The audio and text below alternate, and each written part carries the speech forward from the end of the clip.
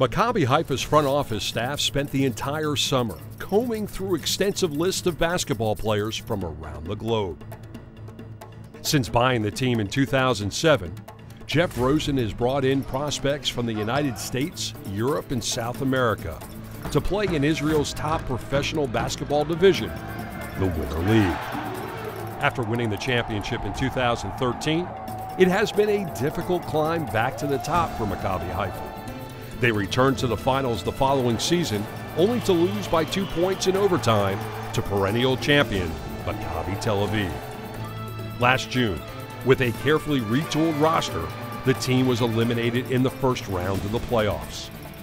This season, the page has turned to a new chapter of Maccabi Haifa basketball, one that sees its young core returning, supported by some new key starters.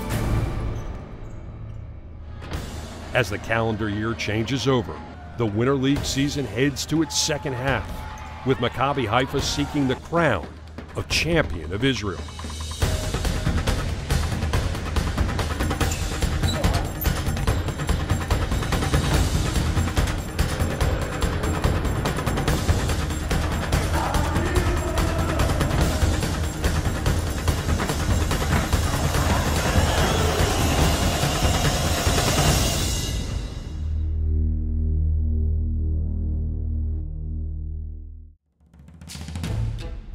In international basketball, keeping the same team intact in consecutive seasons is a difficult task.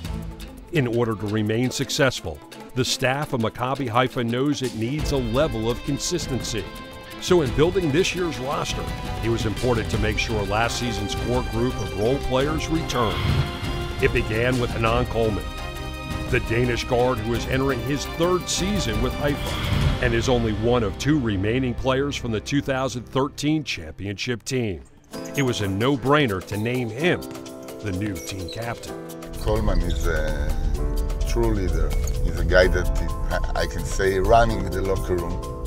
He did it also when he wasn't the captain last year. I thought he would make a wonderful captain, and I think I was right. Alex Trubovich is the other remaining champion. The Israeli 7-footer has spent 4 consecutive seasons with the team, making him the most tenured player on the roster. Alex is a guy that started to play very late and is making progress each and every season. Also returning are Americans Rene Rougeau and Will Graves, key role players that have provided tough defense as well as perimeter shooting. Coming back, I definitely kind of know the league now and know what to expect, so have to step up and be a leader for my team, and more than anything, just be positive and motivate them. And Graves is a very talented guy, a guy that can score a lot in a very short period of time. Also very good attitude, good teammate. After securing the core, it was time to reinforce critical positions. Management searched through different leagues to recruit top players.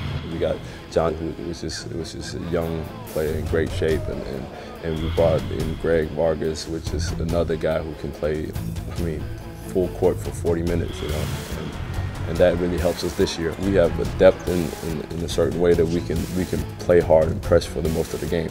Next, they needed an Israeli who could be a dynamic scorer. They found a rising star in Oz Blazer. I think that Blazer is a very, very talented player, a lot of potential, still developing. I think he's going to be one of the most influential Israeli players in the next coming years. Rounding out the roster is 6'9" power forward Reginald Buckner, a newcomer to Israel after playing briefly in China and Puerto Rico. We all have roles on this team, and we all just have to believe there's not one just go-to guy on our team, and that's what makes it so dangerous. The return of head coach Rami Adar furthered the team's sense of consistency. We need you to play faster. Okay, this and this and this, no good. Rami runs a tight ship. A career in the Israeli army has ingrained in him qualities he applies on the basketball court. The sense of group, the sense of a team, because at the end of the day in the army, when you're going into a mission, that then you have to support each other and you have to work together in order to achieve the goal. And here it's about the same. The risk is not the same. In the army you are commanding a group of guys, and here you are actually managing or coaching a group of guys that has a certain target. Let's go. Stop. Good. The incentive is different because in the army it's a duty and over here it's a job, it's something that you get paid for. The same way of controlling the group and the same way of trying to achieve a certain goal. Going always to the flare, and the bigs go the screener down and the other one up. Let's go. You can either be in or out, but there is no such thing being in between. Let's say Will played for North Carolina. He's been through a very strict system. A lot of people might not agree with him, but I mean, it's life. If you're in the business world and you're not the boss, if the boss tells you you have to do this, then you have to do that, whether you agree with it or not. He took your man, right? We need communication. Go! Just wants to win, and you have that competitive spirit, and if you have the understanding of life and hierarchy, then you just have to accept it, and that's exactly how it is. Learning how to be a tactician in the Army has its benefits. Rami applies those skills to his playbook. Defensively, basically we're playing man-to-man, and our system includes two versions. The first version is after we score, we make full court pressure and try to direct the other team ball handler to dribble the ball as close as we can to the line. And then around half court, we try to force him into what we call in the professional terminology to uncontrolled dribble, jump on his way and bring a trap from the middle. This has been done for many, many times and has been very, very useful for us in a lot of games. When we play set defense, our goal, first of all, is to deny the middle and to force the penetration direction from the line. Our help situation is always coming from the weak side through the baseline. We will never help from the strong side upon penetration or any other situation. We will only stand and go back to the player. All rotation, all help is coming from the weak side only. Offensively, first of all, we try to get the guys running to the lanes, meaning that the wing players, the 3 and the 2, let's say we're playing defense here. One guy is running this line, the other guy is running the other line. Point guard usually gets the ball and bring it up. And the two bigs are running in the middle, one after the other. The first one goes to the side of the ball, and the second one stops top of the key. From that, we usually start. If we have advantage, we try to finish as soon as we can, which is basically starting in this positioning. Training camp began the process of meshing new pieces with a returning core before the start of the season. But prior to the home opener, Maccabi Haifa had a tough test in store overseas in the United States.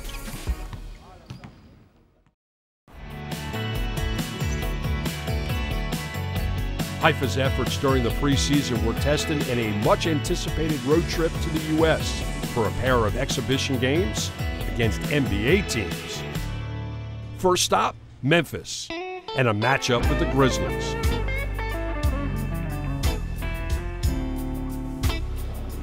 It's been quite a run for us to have all these friendly preseason games against the best competition in the world. And this has been a particular honor for us to come back to Memphis. The U.S. trip gave players an opportunity to test themselves against the world's best.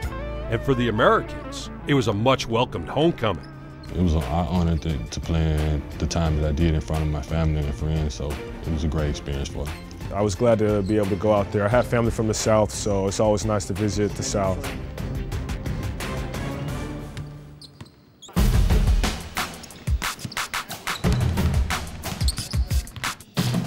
It always impresses the guys in the NBA of how well European basketball is executed and how well, how they share the ball and how hard they work. Of course, the talent level is a little bit different, but basketball is getting closer and closer from both sides, so it's good.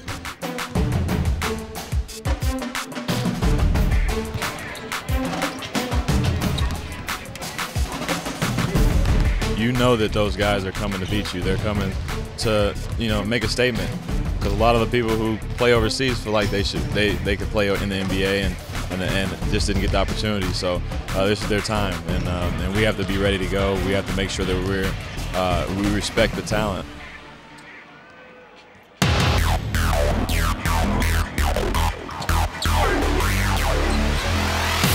Maccabi Haifa played efficiently and kept the game close throughout. I think we played good over in Memphis. We gave them a nice fight. We held them back. We even had a lead for a few minutes in the game. But it was the Grizzlies' talent base that was too much to overcome. We saw a team that wants to share the ball, that wants to play defense, that wants to play together. And I like the attitude and the effort that the guys put today on the floor. Obviously something amazing being in the NBA arena, playing shoot-around, playing against players like Vince Carter, people you always remember in the NBA, and you don't really realize they're real until you get there. The second game brought them to the bright lights of Hollywood, where they squared off against the Los Angeles Lakers. Of course, going back home to play the team you grew up watching, you know, and all your family loves them, so it was great to play the Lakers, of course. It's my dream. It's my dream. Play in Staples Center, so it's amazing. Man, it was a great experience for me, you know, playing against Kobe Bryant and the Lakers, you know. I just, man, enjoyed that moment. It's like unrealistic, like you're growing up shooting paper to the garbage and saying Kobe and everything like this, and then suddenly like he's posting you up and trying to stop him and slow him down, and that's really like, it's a memory for life. I will never forget that. You know, seeing Kobe's retiring now, not many people can say they played against him in his last season, so if it all ended for me today, I could say I lived out my life for sure, my dream. Haifa's experience in the United States provided a chance to bond as a team and measure their progress against the kind of competition only found in one place in the world, something they would carry with them as they flew back to Israel for the start of the Israeli Winter League season.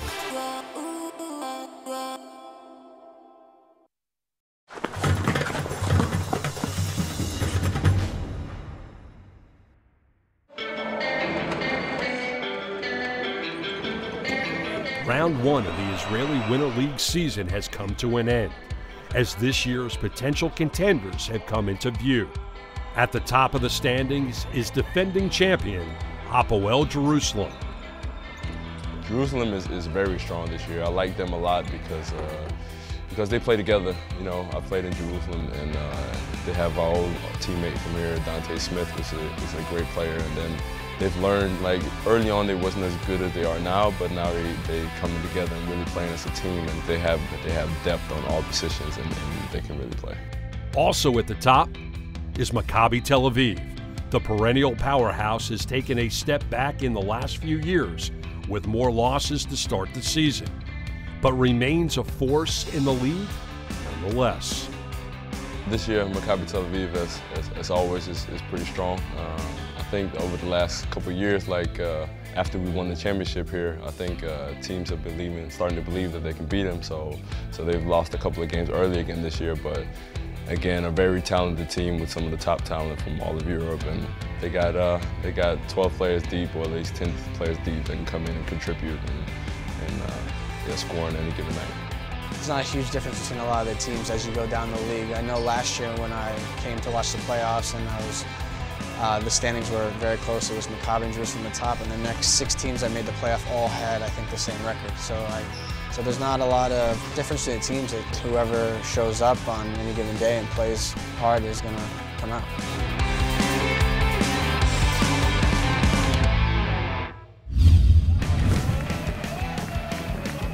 All teams with new players build chemistry as the season progresses. This year's Maccabi Haifa team has made strides in that department and now find themselves with a winning record after a slow start. Leading the charge for the Greens is Gregory Vargas. The point guard has lived up to everything the team has expected and more, as he leads the team in points and assists. He is also among the top 3 in the league in assists. Oz Blazer, Rene Rougeau, and Hanan Coleman have also been efficient on offense, each contributing over 10 points per game. The coaches have also gotten what they had hoped for out of center Alex Trubovich after sending him to train in Miami. He has posted career highs in points and rebounds. Some impressive wins in the first round came against Nahariya, Hapoel Tel Aviv, and Maccabi Ashdod. In Game 6 of the season, the Greens nearly brought down defending champion Jerusalem. Maccabi's missed opportunity at the free throw line sealed Jerusalem's victory in overtime. Maccabi Haifa closed out the first round with a win over Ashdod and looked to improve upon that while facing each team the second time around. They once again knocked off Nahariya, fueling them into a State Cup match against powerhouse Jerusalem in front of a tough environment on the road. The Greens jumped out to a fast start, maintaining the lead through 3 quarters. In the fourth, they pulled away, executing outstanding defense to finish with an 87-72 victory and advancing to the State Cup quarterfinals. They carried that momentum back to the Winter League for another dominating victory over Hapoel Eilat. Haifa brought strong defense and Graves led the charge with 24 points off the bench for a 4th straight win and improving to an 8-5 record in the standings.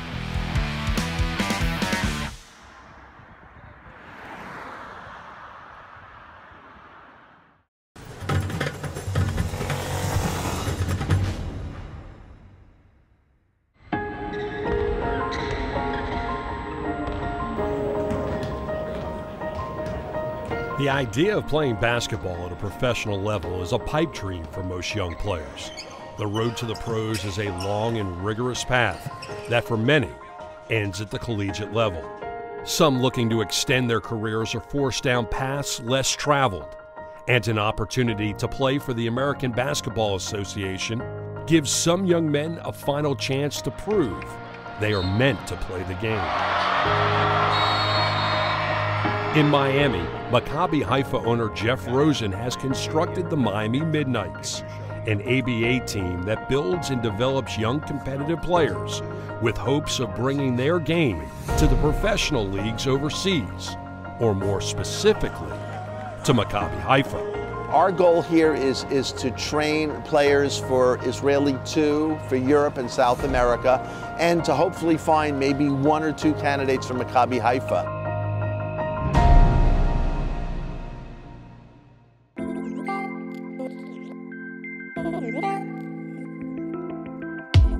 This season, Haifa welcomed its first beneficiary of the program, 25-year-old point guard Amir Celestin. Coach Rami and Coach Ofer used to come down. We'd see them often to watch us play. So then we started making that connection from there and started thinking like, okay, we have a chance to go play professionally somewhere else. It's not easy for Amir. First of all, because he played in the league last year where he was pretty dominant, and you have to get used to a different style of basketball. You know, this is nothing compared to what he's used to. Come inside Amir for Tal. Same action. This is my first time out the country. So being away from my family, it takes a toll on me sometimes because they're like, I'm so close with them. But the whole staff, the whole team, everybody with the organization is just cool. They good people to be around. So what up, Amir, man? What's up? Been here for a couple months now. Yeah. How you liking Israel so far in Haifa? I like it, yeah. I done got used to it now, being with y'all. I done got to see Tel Aviv, got to see the beach over there. Sure. You was telling me like you feel home a little bit whenever we go to the beach. Oh yeah, of course. That's all we got. You know, Miami Beach, baby.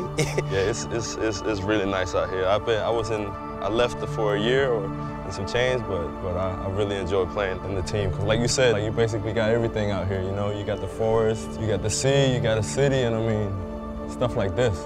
The teammates continued their exploration of the Carmel Mountains with the help of team cultural liaison Shulamit Shelley.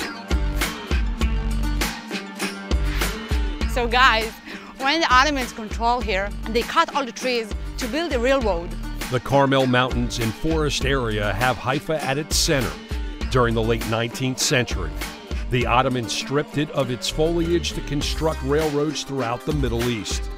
Following World War II, Israeli settlers worked to reforest the entire region with trees from their native homelands. Hey, Gideon.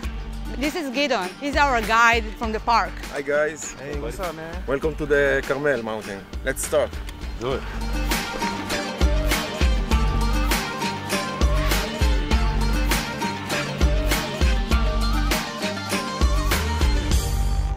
I'm here. I can do it.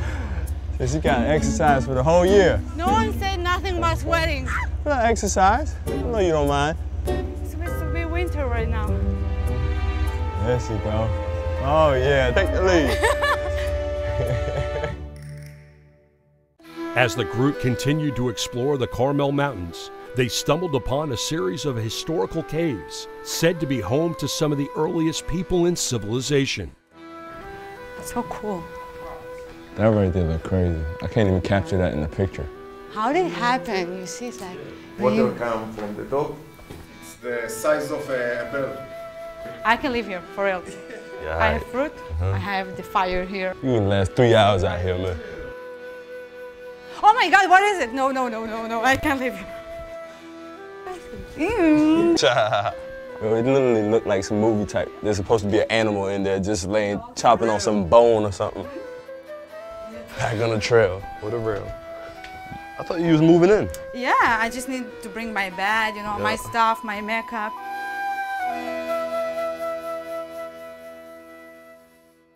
I think it's working great so far. I think we can sneak in there somewhere at the top. Right now, I think we sit in the fifth place, and I think that's a good look for us. This is a special group of guys, and I enjoy myself every time coming to practice. I enjoy the process, I enjoy the dynamics within the team, and the attitude, and so far the results as well.